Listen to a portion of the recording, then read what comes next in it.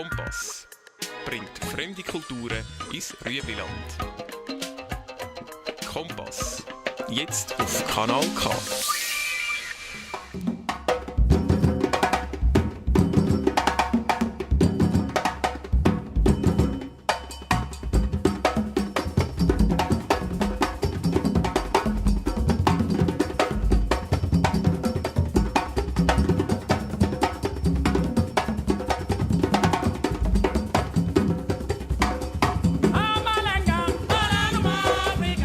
Hallo zusammen, Sie sind live in der Sendung Fenster of Afrika, eine afrikanische Politik- und Kultursendung. Ich bin Sylvain Amos am Mikrofon. Viel Vergnügen auf Radio Kanal K.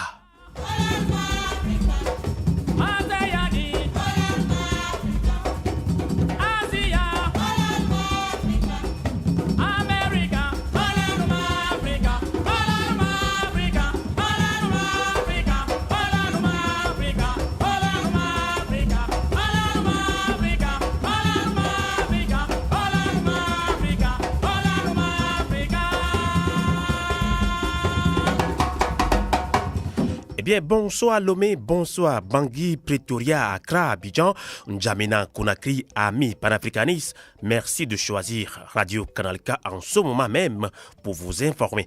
Bienvenue donc dans Fenêtre sur l'Afrique. Au Togo, le collectif Sauvons le Togo a fêté 1 an de sa création. Ce collectif continue de donner du fil à retordre au pouvoir actuel qui réprimait dans le sang plusieurs manifestations de ce collectif. Nous ferons le bilan d'1 an des activités du collectif Sauvons le Togo avec le commandant Olivier Ama, un des membres influents de ce collectif. Il répondra à nos préoccupations par téléphone en direct depuis Lomé. Nous parlerons également de la grève de 2 jours lancée par la Synergie des travailleurs du Togo. Et bien donc, Dr Wala Ati sera également l'invité de Fenêtre sur l'Afrique. Sous l'œil vigilant de Michel Pouléo, Josué Maoli, Esteban Gagnon, Romain Koudjodi, Lucien Moukanli, Fabi Kouassi constituent l'équipe de production. Fenêtre sur l'Afrique est réalisée et présentée par Sylvain Amos. Merci de votre fidélité, vous qui nous suivez. Également depuis Lomé, sur notre radio partenaire Légende FM et également ici en Allemagne, proche de la Suisse, sur la VRA, la voix de la résistance africaine. Encore une fois, merci de votre fidélité, merci d'être connecté sur le www.canalk.ch. Dans un instant, notre éditorial.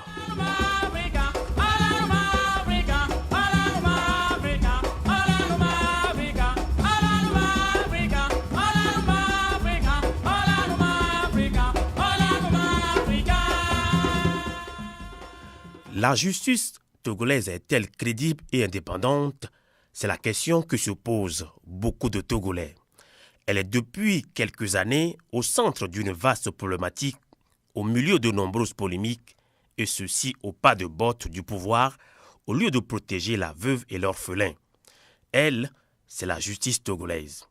En témoignent les procès retentissants, iniques et honteux concernant des groupes de presse, des hommes politiques, des journalistes, des syndicalistes ou encore les contestations de décisions rendues en matière électorale.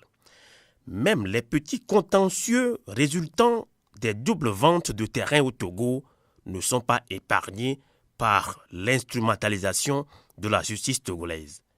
Fenêtre sur l'Afrique revient sur cette affaire d'incendie des marchés tout simplement parce qu'elle a dévoilé enfin le vrai visage hideux de la justice togolaise, longtemps critiqué par beaucoup de Togolais. Les derniers événements politiques survenus dans la République togolaise nous permettent de douter de sa crédibilité. En effet, dans le cadre d'une enquête sur les incendies des marchés de Kara et de Lomé qui ont eu lieu entre le 9 et le 12 janvier 2013, notons que ces drames sont survenus alors que le collectif Sauvons le Togo, coalition de partis politiques et d'organisations de la société civile, avait appelé à 3 journées de manifestation pour demander l'ouverture d'un réel dialogue entre le gouvernement et l'opposition. Et comme s'il fallait damer le pion à cette opposition, le pouvoir s'est précipité pour commander une enquête made in France sur les mêmes cas d'incendie dont le rapport serait depuis quelques jours à la disposition du gouvernement, mais difficile à rendre public car en prenant le courage de la publier, le pouvoir se rendra gorge. Nos pensées vont en ce moment précis aux 27 innocents qui croupissent en prison de Lomé, mais aussi à Kara, des étudiants déférés sans aucune preuve, avec la seule faute, autre que d'avoir participé à des manifestations du collectif Sauvons le Togo. Et pourtant, cette justice, si elle a encore un bon sens et une toute petite crédibilité, devra dès lors élargir les 27 innocents présumés coupables. Que cherchent encore et toujours les Apollinaire Attila, les Gira Adja et autres dans les liens de la détention alors que le jeune Mohamed Loum s'est repenti et tout avoué devant le juge d'instruction. La justice laisse-t-elle encore mener les enquêtes tandis que le jeune homme parle de torture et de voies de fait lors de sa déposition? Amis auditeurs de Fenêtre sur l'Afrique, cette justice au pas de botte comprendra-t-elle un jour qu'elle est en train de tirer le mauvais coton? On en était là quand le peuple, dans sa détermination, vient d'organiser une gigantesque mouvement de force au cours de l'appel du collectif Sauvons le Togo pour dire non à la manière dont elle est gérée. Mais pour désamorcer la bombe et la colère du peuple, ne vaudra-t-il pas que le pouvoir joue un tant soit peu à l'apaisement en posant des actes concrets de volonté d'ouverture? Amis fidèles auditeurs, dites-nous, qui gagne donc à toujours vouloir défier tout un peuple et jusqu'à quand? Les gouvernants n'entendent plus le cri de colère de la masse populaire. Pourquoi cette fracture brusque et ce manque de confiance du gouvernement envers le gouverné? Le premier gouvernant, j'ai nommé Fort et Somzina Nyasingbe, joue-t-il avec la détermination du peuple? Comment expliquer alors le silence coupable de ce jeune président dans cette rocambolesque affaire d'incendie des marchés? Les femmes victimes attendent et attendent toujours. Le peuple attend, mais aucun discours officiel d'apaisement de Fort Nyasingbe depuis l'incendie des marchés de Lomé et de Kara. Pourquoi refuse-t-il à renouer dialogue avec son peuple? Nous ne saurons le dire. Certainement, la fin justifiera les moyens. Nous osons croire que ceux qui aiguillonnent la justice reviendront à la raison pour donner l'ordre de libérer les innocents. Mais en attendant, amis auditeurs, le feuilleton Loum ne fait que commencer. Attendons de voir. Le Togo appartient à tous les citoyens de ce beau pays d'Afrique. Nous exhortons donc toute la classe politique, notamment les tenants du pouvoir, à agir dans l'intérêt supérieur de la nation, comme l'a chanté notre frère artiste Djad Fozis. Merci de votre fidélité sur Radio Canal K. C'est le pouvoir en place qui l'a dit et l'opposition l'a repris. Même pipe, même tabac. Malentendu politique hier. Malentendu politique hier. Intérêt personnel déguisé engendre les soulèvements. Vite répliqué.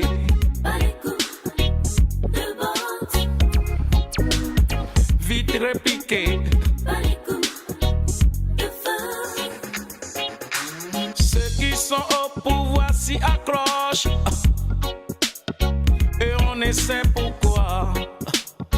Même si autour de tout s'écroule. Ils prétendent aimer ce peuple. Ils prétendent aimer ce peuple.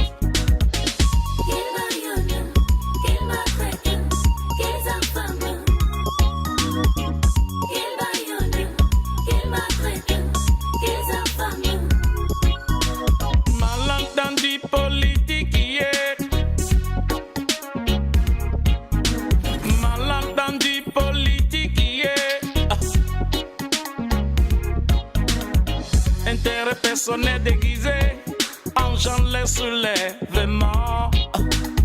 Vite répliqué. Lacrymogène. Vite répliqué. Ceux qui sont au pouvoir s'y accrochent. Et on essaie pourquoi. Même si autour de tout s'écroule, ils prétendent aimer ce peuple. Ils prétendent aimer ce peuple. Qu'ils baillonnent, qu'ils maltraitent, qu'ils affament.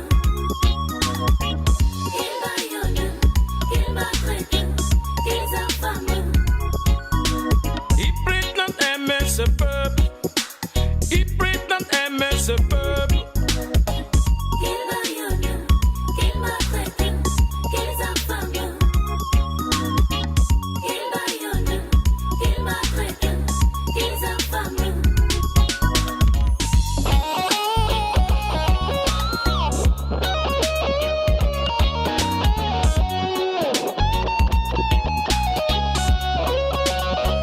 Eh bien, intérêt personnel et déguisé engendre le soulèvement populaire chanté par l'artiste togolais Jade Fossis qui évolue actuellement en Allemagne. Nous l'avons eu à le présenter dans la toute première partie de cette émission, la phase musicale de cette émission Fenêtre sur l'Afrique. Merci de votre fidélité.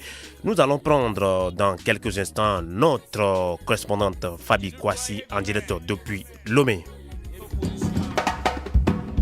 Légende FM, partenaire officiel de Fenêtre sur l'Afrique, un programme de Radio Canal K en Suisse. Une émission réalisée et présentée par Sylvain Amos.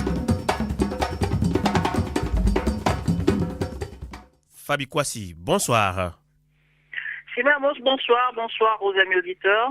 Merci de nous accompagner en direct depuis Lomé. Le collectif Sauvons le Togo a 1 an d'existence depuis sa création. Alors Fabi Kwasi, vous êtes notre correspondante à Lomé au Togo bien sûr. Alors j'espère que vous nous proposez ici une réflexion sur les activités de ce collectif Sauvons le Togo, Fabi. Exactement Sylvain, en cet après-midi du 4 avril 2012, le collectif Sauvons le Togo est lancé au centre Christ Rédempteur, communément appelé Brodahomé, dans une grande ferveur en présence de toute la presse et de plusieurs Togolais qui ont chanté avec fierté l'hymne national, la terre de nos aïeux, et la marche républicaine, l'Éternel bénisse le Togo. Oui, les Togolais, après tant d'années de sacrifices en énergie et surtout en vies humaines, étaient enfin fiers de voir encore et enfin des Togolais prendre sur eux de donner un autre tournant, un autre sens à la lutte démocratique entamée depuis plus de 22 ans en vue d'une alternance effective qui jusqu'aujourd'hui reste une équation cocasse que cette opposition et que ce peuple debout avec dignité peine à réaliser. Quand, après une grande célébration écuménique au bas-fond du collège Saint-Joseph, pour remettre dans les mains de Dieu cette nouvelle lutte, le CST appela ensuite à une séance de profession de foi au pied du monument de l'indépendance, une cérémonie d'intense émotion avec des images qui ont fait le tour du monde. Les Togolais ont compris qu'ils seront coupables de laisser la chère patrie aux mains d'une minorité sans cœur, sans foi, qui a pour objectif anéantir des milliers de citoyens et de se pérenniser au pouvoir dans le sang sans aucune limite. Et les Togolais ont pris l'engagement de sauver de nouveau le Togo en disant aux aïeux de l'indépendance qui ont bataillé dur qu'ils arriveront sans trahison aucune cette fois et n'ont cessé de paraphraser cette inscription qu'on peut lire encore sur le monument. Peuple togolais, par ta foi, ton courage et tes sacrifices, la nation togolaise doit renaître.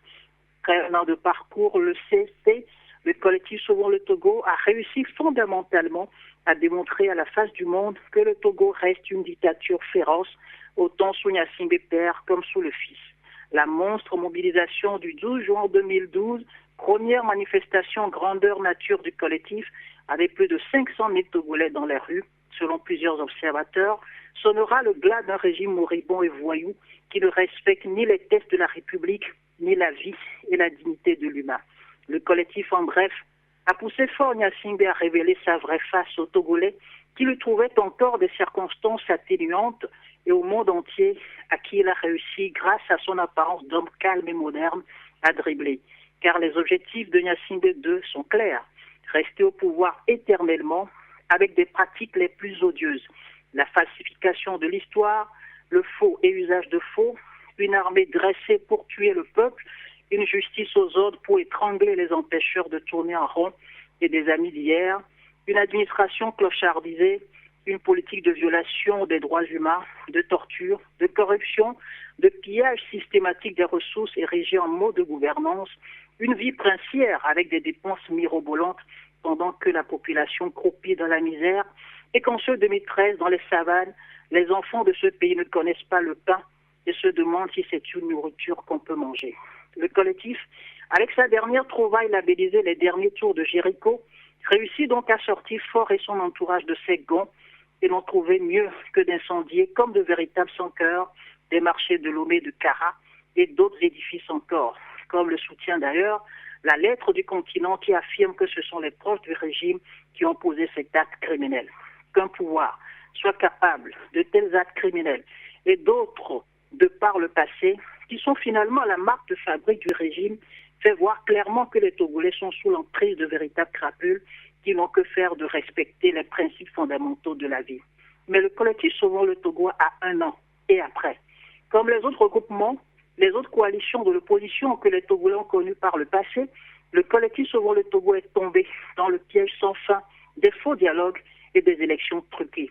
Pour un collectif qui demandait au prime abord le départ de Faure Gnassingbé, sous le vocable « Faure must go », il est étonnant que même avec les arrestations et les inculpations fantaisies de ses camarades de lutte, le collectif quitte cette ligne de lutte pour chanter le dialogue, le véritable dialogue tous les jours en vue des élections propres.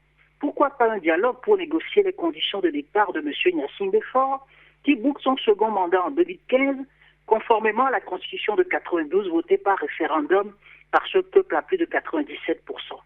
Ne serait-ce que pour coller à sa première logique de Faure must go.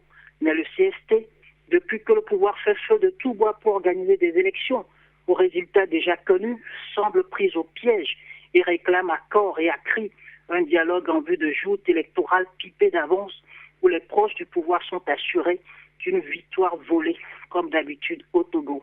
1 an après, si le CST a réalisé beaucoup d'exploits, il est temps qu'il fasse son propre bilan et dit clairement au peuple togolais son objectif. Est-ce un dialogue pour aller aux élections truquées? Est-ce un gouvernement paritaire? Est-ce le départ du pouvoir en place?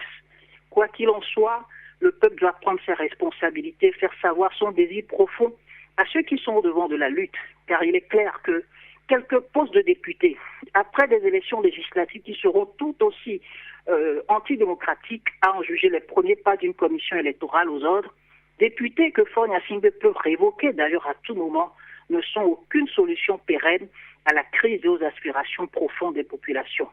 L'opposition qui a promis aux Togolais l'alternance depuis 22 ans a le devoir de remplir sa mission et de permettre à ce peuple courageux qui a payé un lourd tribut de vivre effectivement ce moment. Toute stratégie concourant à renforcer un pouvoir dictatorial se révélera fatale pour les forces démocratiques puisqu'elles seront devenues au fil des années des complices d'une dictature sans merci. Fabi Kwasi, merci beaucoup pour cette réflexion très claire et très pertinente et par rapport au premier anniversaire du collectif Sauvons le Togo. Fabi Kwasi, merci. À samedi prochain.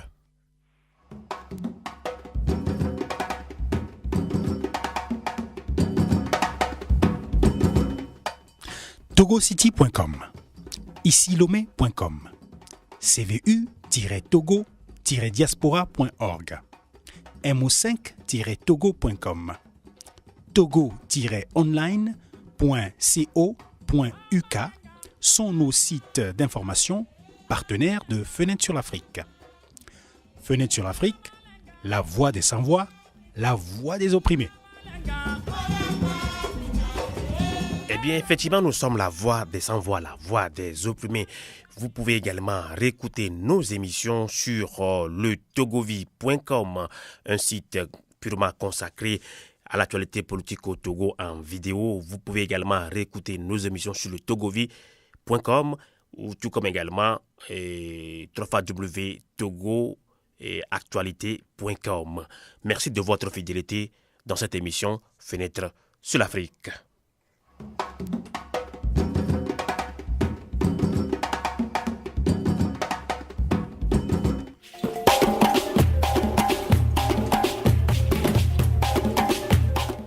Le micro de Fenêtre sur l'Afrique avec Sylvain Amos sur Radio Canal K.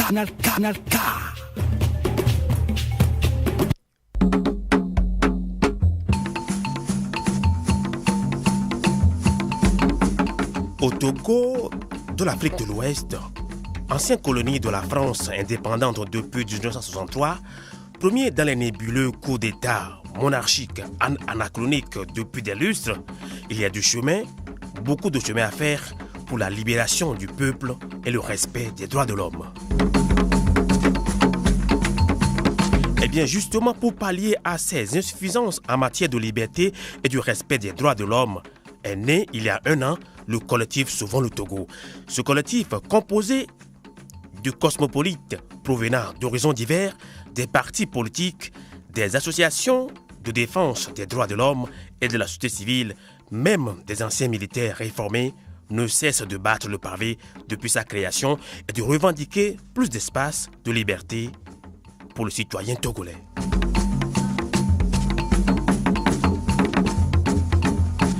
Eh bien, le collectif Sauvons le Togo vient de souffler une bougie. Un an d'existence trop prématuré pour en dégager un bilan d'activité. Certainement non. Alors, pour éclairer vos antennes, il est commandant Olivier Ama est l'invité de Fenêtre sur l'Afrique dans un instant.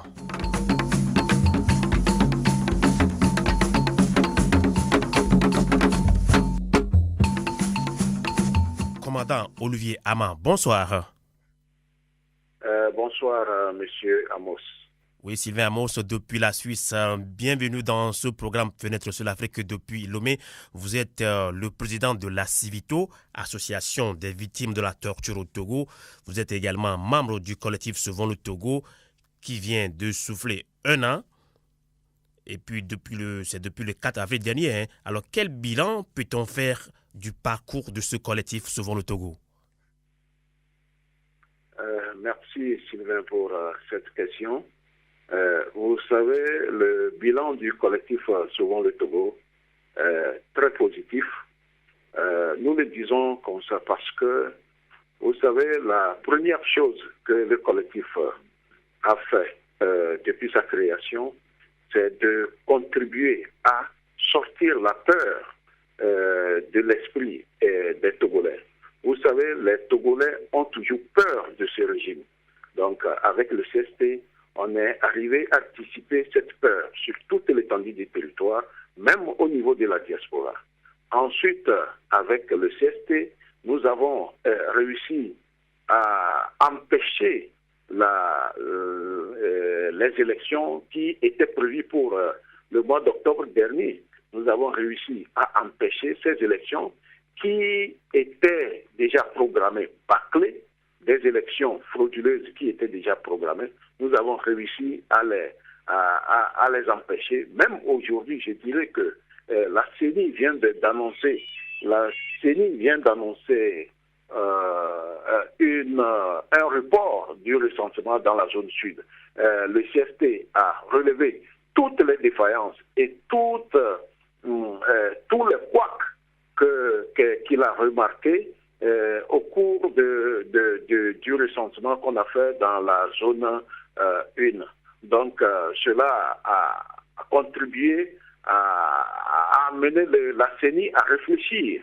Donc, aujourd'hui même, le vendredi, que le recensement dans la zone sud devait commencer, mais le recensement dans la zone sud vient d'être reporté. Donc, voilà en bref quelques trucs que le CST a réussi à imposer au gouvernement en place, surtout au régime en place, qui redoute maintenant l'opposition. Docteur, autant pour moi, commandant Olivier Ama, un an des manifestations du collectif Sauvons le Togo, presque avec le FRAC tous les samedis, et des meetings, et un an de manifestations, la crise perdue encore, et ces mouvements n'arrivent pas à faire fléchir ce pouvoir vieux de ces 40 ans au Togo. Alors le collectif Sauvons le Togo a publié une plateforme citoyenne pour un Togo démocratique. Alors rappelez rapidement à nos auditeurs les grandes lignes de cette plateforme qui est restée sans réponse de la part de son premier destinataire, Fognan Singbe.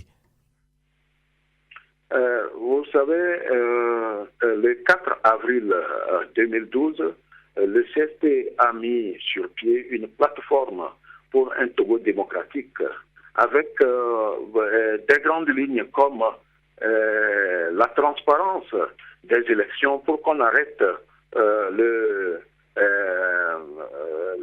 processus élection, répression, élection, contestation, répression et puis dialogue. Et on reprend tout le temps la même chose. Donc, nous avons dit dans notre plateforme, il faut arrêter ce cycle.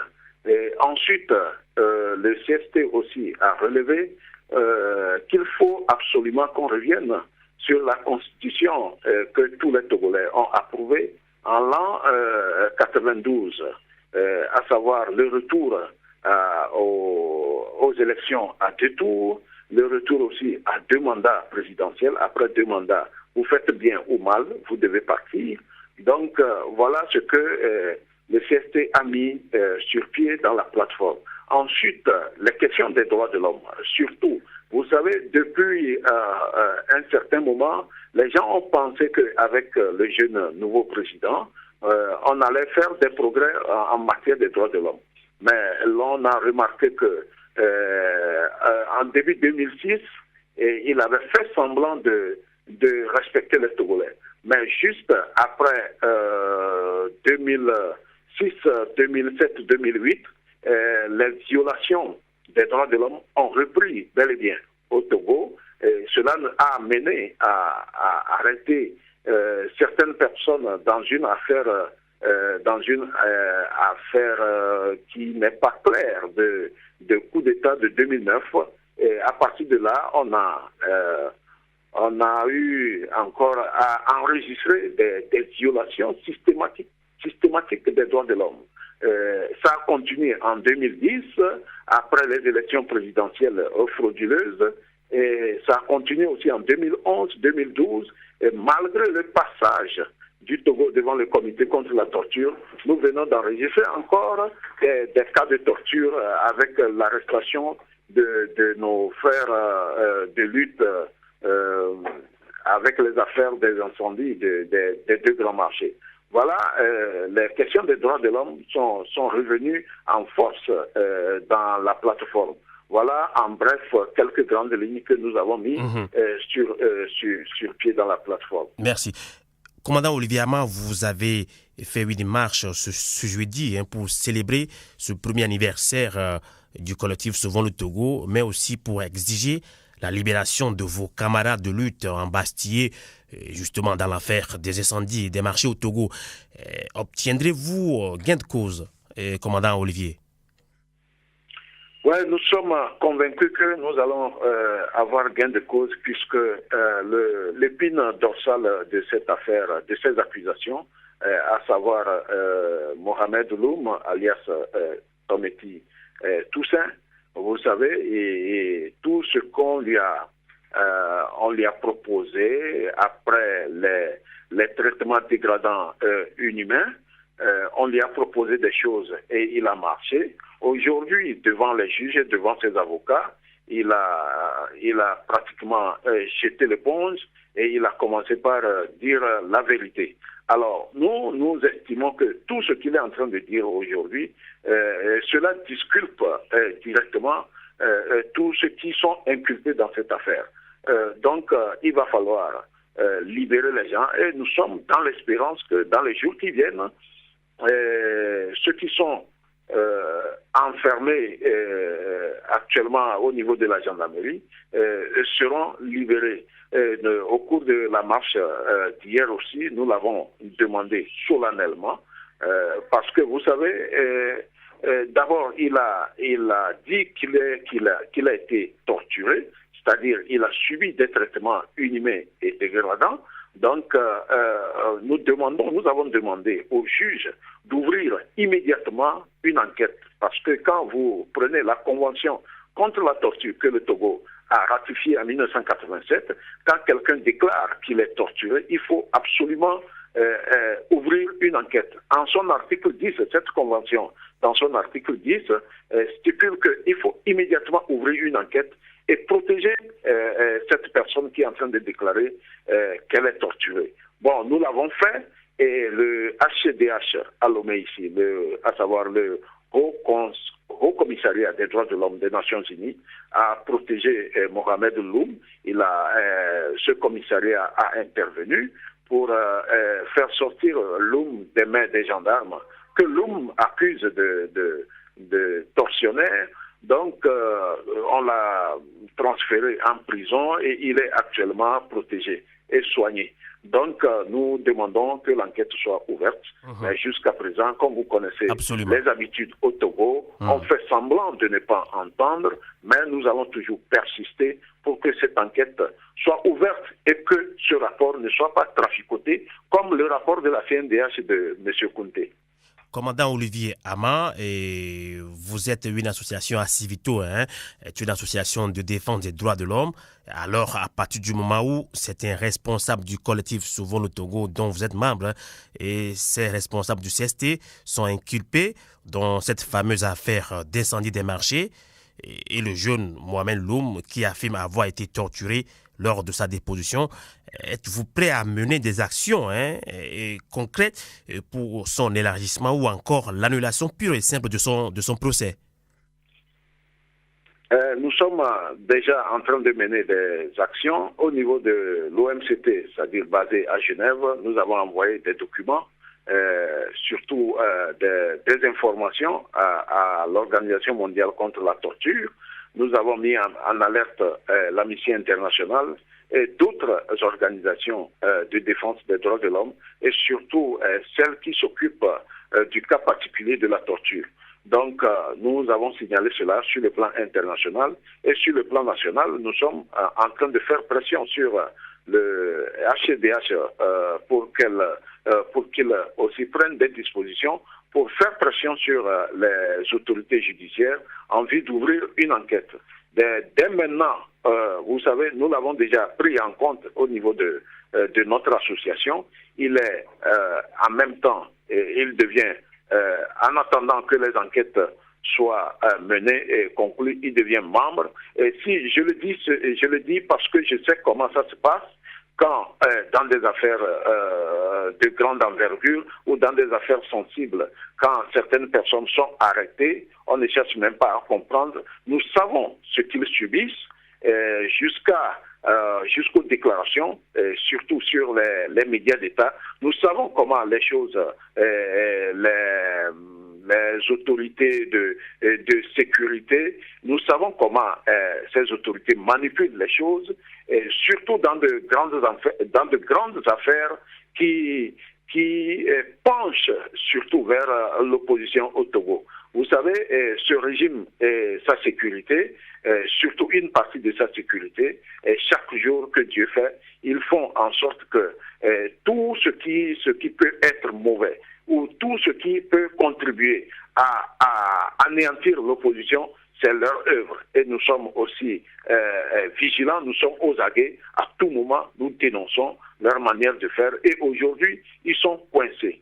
Ils sont coincés parce que tout le monde est en train de demander qu'une enquête soit ouverte immédiatement par le procureur de la République, sans parti pris. Et il faut que ce procureur soit impartial. Et que les enquêtes soient menées sous l'œil vigilant de la société civile.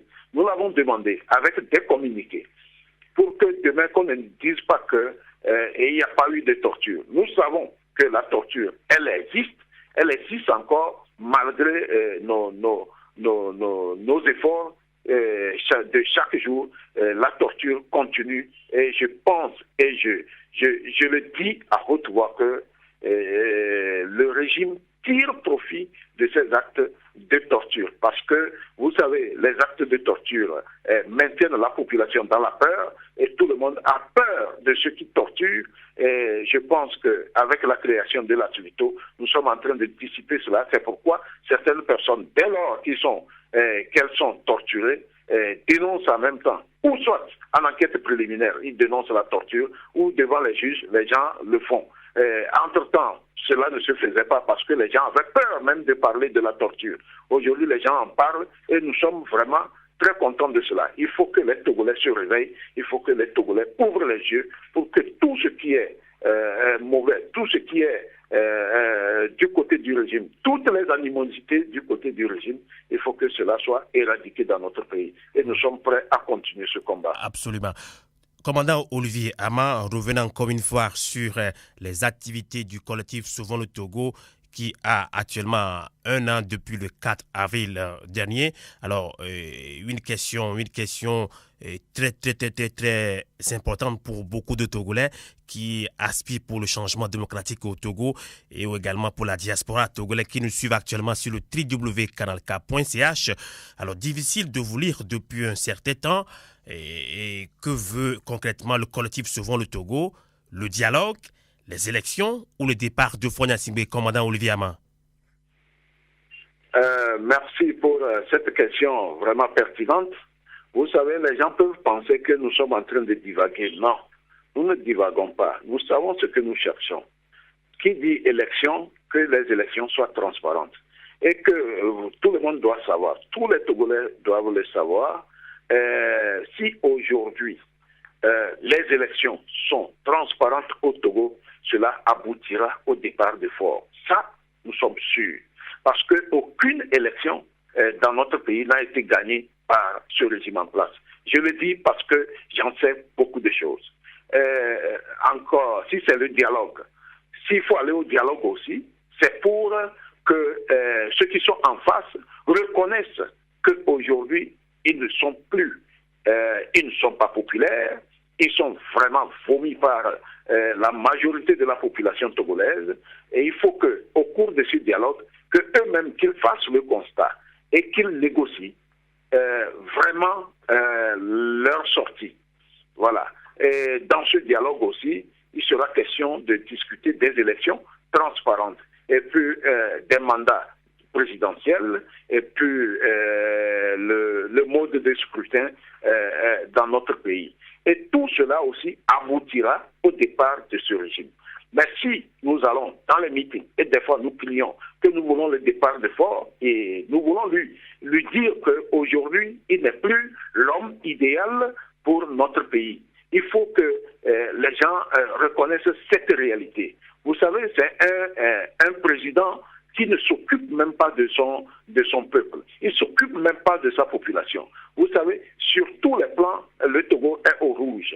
Sur le plan économique, ça ne va pas. Sur le plan, c'est seulement, tout le temps, c'est le mensonge qu'on sert à la population. Vous savez, tout dernièrement, les fonctionnaires ont voulu faire une grève de 48 heures et puis sans même voir ces fonctionnaires qui sont en train d'appeler à la grève. La TVT a annoncé que la grève est levée. Vous savez, donc, c'est le mensonge qu'on sert à toute la population tout le temps. Et il fallait voir comment la synergie des travailleurs a réagi.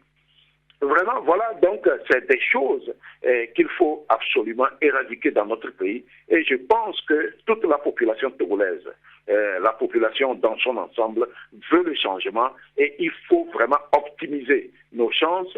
Il faut persévérer pour que la lutte que nous menons aujourd'hui, qu'il y ait une conclusion à la fin. Et nous sommes convaincus que tout le temps, en persistant avec la mobilisation régulière, je pense que les autorités comprendront qu'ils ne sont plus à la mode, ils ne sont plus des gens actuellement que la population veut. Donc eux-mêmes, ils vont préparer leur départ. S'ils sont honnêtes, Mais s'ils ne sont pas honnêtes et ils veulent persister, là, je pense que la population va prendre ses responsabilités. Donc, nous sommes en train de préparer toute la population togolaise à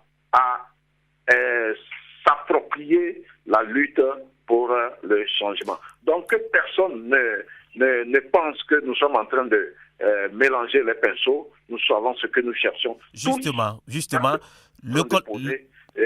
doivent tous les actes que nous sommes en train de poser aujourd'hui concourent au départ de Faure et de ses amis. Justement, vous, le collectif Sauvons le Togo demande encore une fois l'ouverture d'un dialogue franc et sincère. Alors, on connaît l'histoire de concertation, de dialogue entre pouvoir et opposition au Togo qui n'a jamais abouti. Alors, à quand l'alternance que vous avez promis aux Togolais, quand même à la création de ce collectif Sauvons le Togo? Voilà, l'alternance que nous avons promis aux Togolais peut arriver à tout moment. Tout dépendra de la mobilisation de la population togolaise. Et vous savez, je dirais qu'il y a deux Togos. Il y a le Togo dans lequel nous sommes aujourd'hui, et le deuxième Togo, c'est la diaspora. La diaspora, il y a plus d'1 million de Togolais à l'extérieur. Et chaque Togolais de l'extérieur a une famille ici. Mais que même ceux qui sont, vous savez, même à la diaspora, ce que nous avons remarqué, les gens de la diaspora ont encore peur de ce régime. Voilà. Donc, il faut absolument que la diaspora contribue à faire dissiper la peur dans leur famille et que la lutte soit générale. Et si aujourd'hui la lutte est générale, je pense que les autorités de ce pays ne vont plus attendre, ils vont partir rapidement. Mais si nous continuons cette lutte d'une manière disparate, c'est-à-dire c'est une partie seulement du Togo qui se mobilise tout le temps et que les autres parties, surtout à l'intérieur du pays, ne bougent pas aussi comme Lomé, donc ça va encore prendre le temps. Et il faut que tout le monde s'approprie cette lutte. Et si les Togolais, la majorité des Togolais, quittent la peur et que la lutte devient générale dans toutes les préfectures, je pense que les autorités de ce pays ne vont plus tarder à partir. Justement, commandant Olivier Ama, vous étiez un ancien militaire. On dit souvent que l'armée a pris trop de poids dans la gestion du pouvoir au Togo. Alors, que cherche un commandant dans le collectif Sauvons le Togo? Est-ce que vous voulez faire de la politique, commandant Olivier Ama? Bon, je n'avais pas prévu faire de la politique, mais maintenant la situation m'a amené à rentrer dedans. Vous savez, j'ai été frappé par ce régime. Avant, j'étais militaire, ils m'ont chassé. J'ai été frappé par ce régime. Donc, je suis obligé, c'est un devoir pour moi. Ce n'est pas parce que aussi j'ai été frappé, je pouvais même me cacher dans mon coin. Mais je sais que tous les Togolais sont frappés aussi de la même manière, sur différentes formes. Donc, certains à l'hôpital, les pauvres n'ont rien dans les hôpitaux. Si vous allez dans les campagnes, les Togolais n'ont pas d'eau potable. Les gens vont encore à la rivière.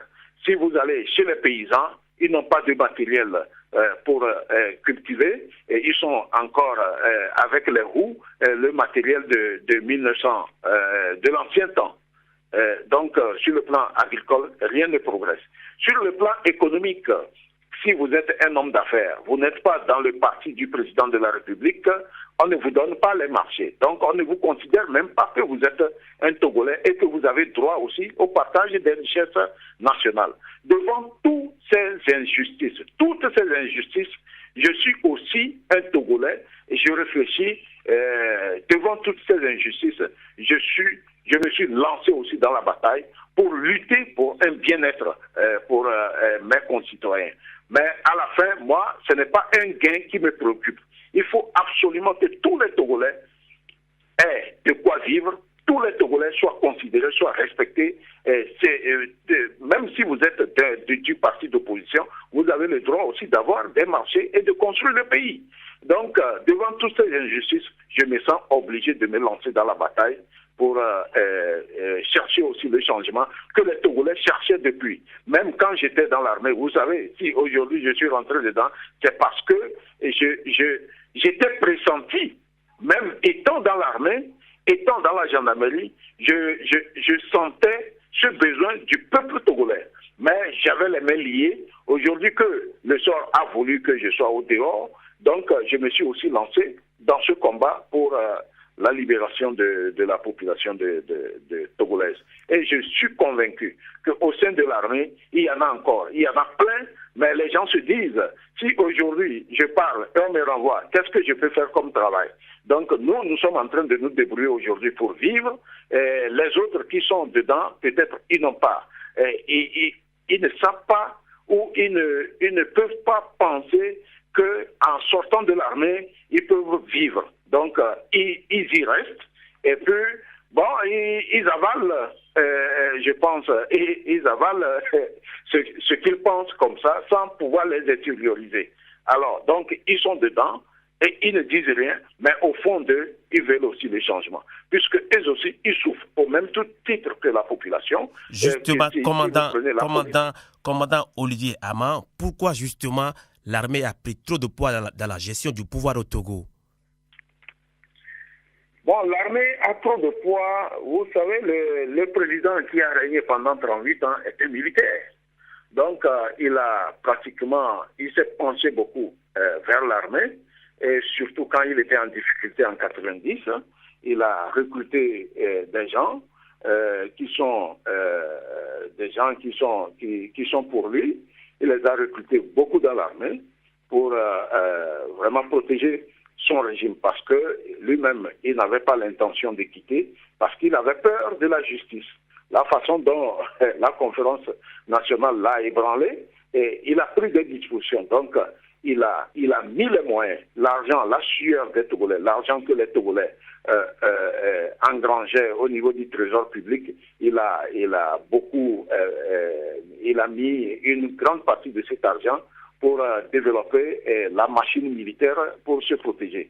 Donc, vous allez voir, dans certains services, comme les impôts, la douane, entre-temps, étaient tenus par les militaires. Il y a certains services aussi de l'administration où il avait mis les militaires pour bien contrôler l'économie du pays. Donc, c'est ce qui fait que aujourd'hui, les militaires, entre-temps, les militaires se sont sentis qu'ils étaient incontournables autour des Yadema. Donc, ils se sont mis partout et eux-mêmes, au même moment qu'ils protègent le président Yadema, eux-mêmes, ils tirent beaucoup de profits. Donc, ils sont habitués à ces profits et aujourd'hui, ils ne veulent pas lâcher. Mais je pense qu'avec nos actions de chaque jour, beaucoup deviennent conscients. Et s'il faut compter, il n'y a que quelques officiers supérieurs qui sont encore très rattachés au régime. Et nous sommes convaincus que si rien ne se fait aujourd'hui, quand ils seront à la retraite, les choses vont aller encore plus rapidement. Commandant Olivier Ama, merci quand même d'être toujours en direct avec nous dans cette émission Fenêtre sur l'Afrique sur Radio Canal K sur la VRA, la voix de la résistance africaine également, les gens des FM à Lomé au Togo. Vous êtes le président de la Civito, association des victimes de la torture au Togo. Vous êtes également membre du collectif Sauvons le Togo, qui vient d'avoir 1 an d'existence depuis sa création. Alors, le peuple togolais, beaucoup de Togolais attendent cette alternance que vous avez tant promis aux Togolais.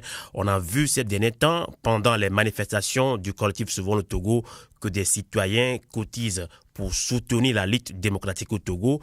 La diaspora, qui est nombreuse à l'écoute de cette émission, en fait autant. Est-ce que vous avez un mot à l'endroit de cette diaspora? Merci, Amos. Au niveau de la diaspora, ce que nous allons leur demander, c'est de nous faire confiance d'abord, de savoir qu'il y a des gens qui sont courageux dans leur pays, qui luttent pour la démocratie et surtout l'état de droit, et que le pouvoir change de main à tout moment. C'est ce que nous voulons.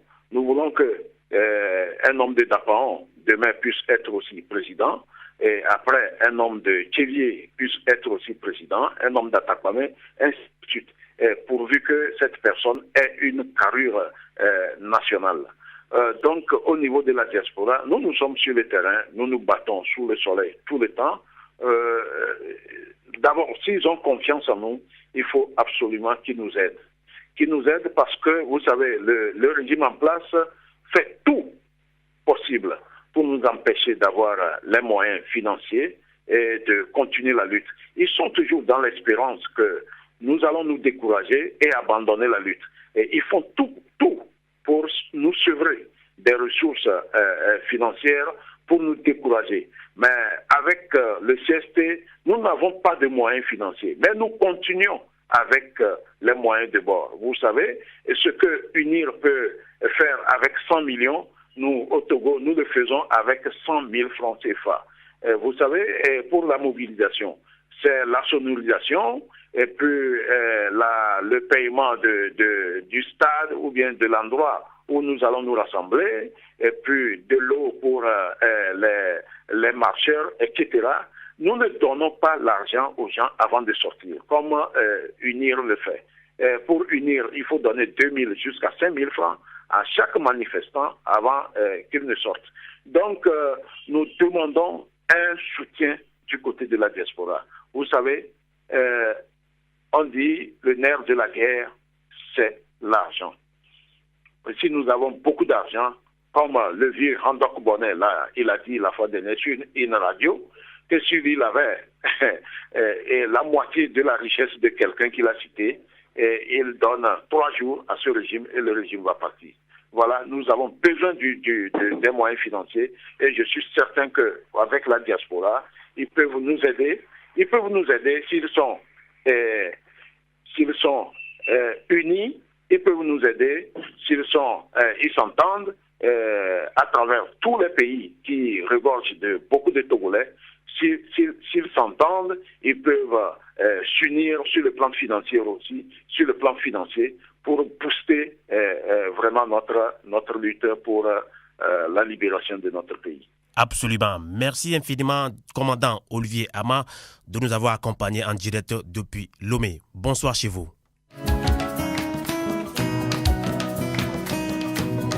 Fenêtre sur l'Afrique.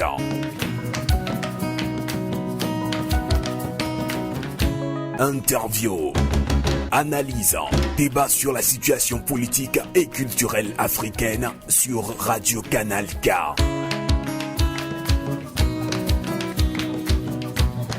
Fenêtre sur l'Afrique, la voix des sans-voix, la voix des opprimés.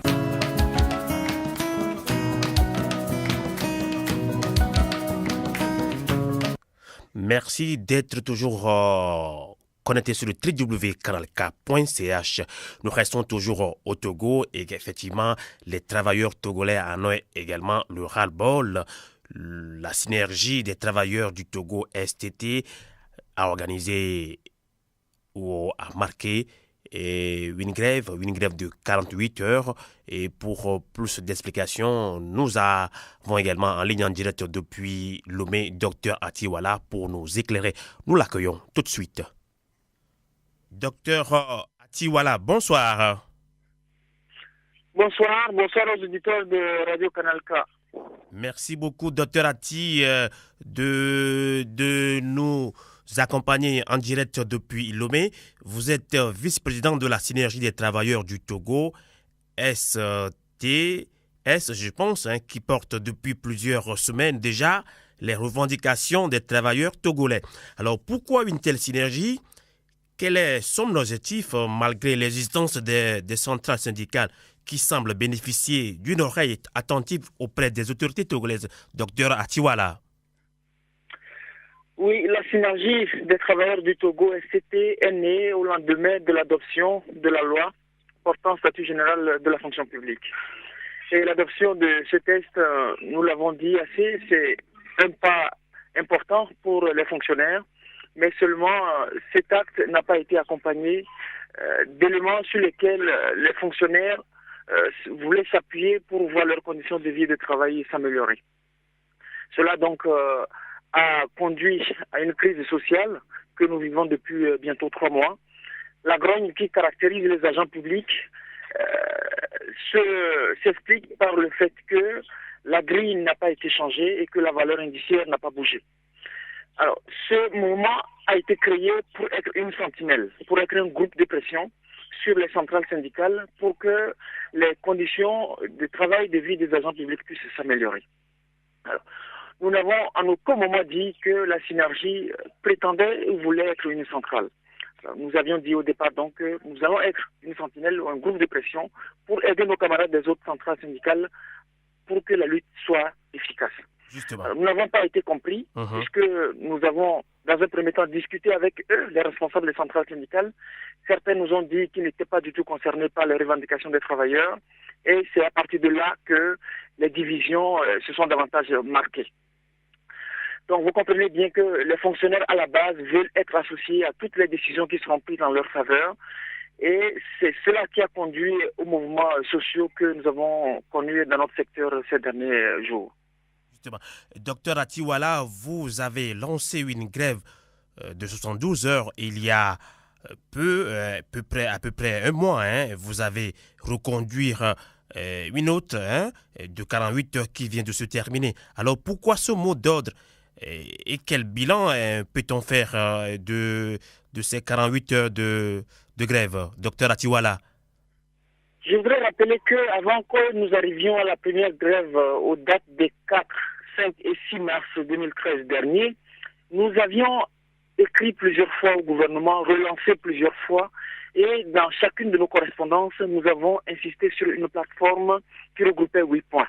Et les 8 points étaient d'abord le doublement de la valeur de l'indice, l'adoption d'une nouvelle grille, l'harmonisation de l'âge de départ à la retraite, le versement des arriérés d'allocation familiale aux agents permanents, la revisite rapide de certains articles du nouveau statut dont la formulation prête à confusion. Je donne là précisément l'exemple de l'article 252 qui traite donc de la liberté syndicale pendant la période de grève, où pour nous, la formulation telle qu'elle est aujourd'hui prête à confusion et restreint la liberté syndicale.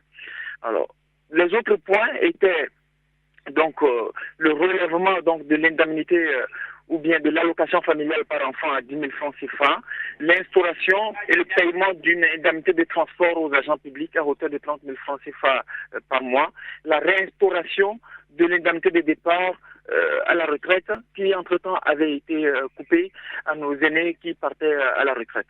Et donc, cette plateforme de 8 points avait été transmise plusieurs fois, relancée plusieurs fois au niveau du gouvernement.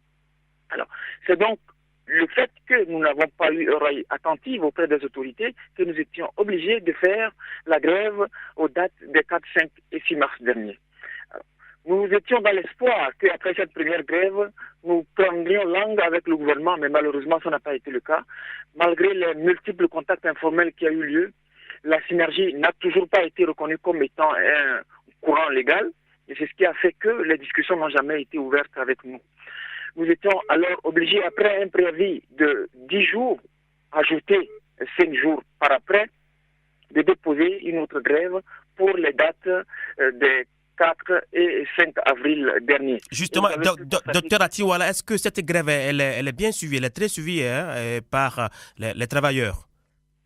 Cette grève de jeudi 4 et vendredi 5 avril a été largement suivie dans le secteur public de notre pays. J'en voulais pour preuve le centre administratif des services économiques et financiers, le CASEF, qui est le cœur même de l'administration générale de notre pays, a été vide hier le vendredi. Donc, c'est quand même un signe qui ne trompe pas que les travailleurs ont tenu leur engagement de marquer leur protestation contre leurs conditions de vie et de travail.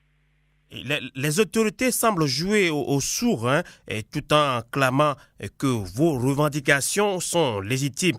Vont-elles vous écouter cette fois-ci, docteur Atiwala? Est-ce que vous pensez? Nous espérons. Nous restons dans l'espoir que nos autorités vont nous écouter. Et d'ailleurs, le mercredi soir, nous avons eu une rencontre par le biais de la CSTT, c'est-à-dire la Confédération syndicale des travailleurs du Togo, qui est une centrale syndicale, par le biais de cette centrale, nous avons pu rencontrer le gouvernement représenté par 3 de ses ministres. Et au cours de cette rencontre, nous avons échangé. Et nous avons, des deux côtés, marqué notre accord pour que les choses puissent aller de l'avant et surtout que nous puissions rentrer en négociation. Et dans ce sens, nous avons transmis un chronogramme de discussion sur 3 jours qui devrait normalement prendre effet à partir de la semaine prochaine. En tout cas, nous avons fait une proposition allant dans ce sens. Et si le gouvernement est sincère dans cette logique, je pense qu'il y a de fortes raisons de garder espoir. Docteur Atiwala, une question s'impose également. Est-ce que le pouvoir en place a-t-il les moyens de satisfaire totalement à vos revendications? Je pense que nous sommes des travailleurs à la base. Notre pouvoir d'achat se dégrade au jour le jour. Les états généraux de l'administration publique de notre pays, ayant eu lieu en décembre 2006, ont fait des recommandations. Nous demandons simplement au gouvernement d'appliquer ces recommandations. Au cours de ces assises des états généraux, il y avait une partie gouvernementale qui a assisté aux travaux et qui a fait le même constat que les travailleurs et les représentants du patronat. Qu'il était question d'améliorer sans délai les conditions de vie et de travail des agents publics si nous voulons que notre administration soit performante et au cœur du développement dans notre pays. C'est cela simplement que nous demandons au gouvernement. Nous n'avons jamais demandé que les revendications telles que les délais soient satisfaites. Nous voulons simplement que les discussions puissent être ouvertes, qu'on nous dise ce qui est faisable et, chemin faisant, nous trouverons toujours un terrain d'entente. Docteur Atiwala, merci beaucoup. Merci beaucoup. Je rappelle à nos fidèles auditeurs, auditrices de Radio Canal K et effectivement également de Légende FM à Lomé au Togo que vous êtes vice-président de la Synergie des travailleurs du Togo, STT. Merci de nous avoir accompagnés en direct depuis Lomé. Docteur Atiwala, bonsoir chez vous.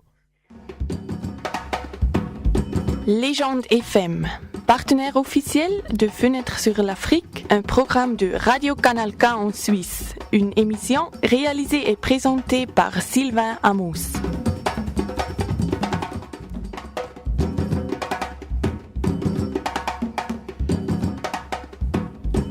Eh bien, nous sommes pratiquement arrivés à la fin de cette émission Fenêtre sur l'Afrique. Merci de l'avoir suivi.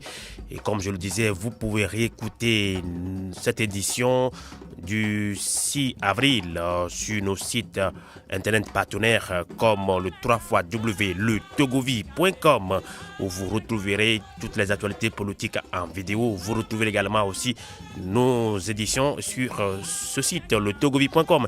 Également 3xw.togoactualité.com. Ici, lomé.com, togocity.com et www.togo-online.co UK en Angleterre. Également www.togo-diaspora et www.togodiaspora.org. Merci de votre fidélité. Excellente soirée à toutes et à tous. À samedi prochain.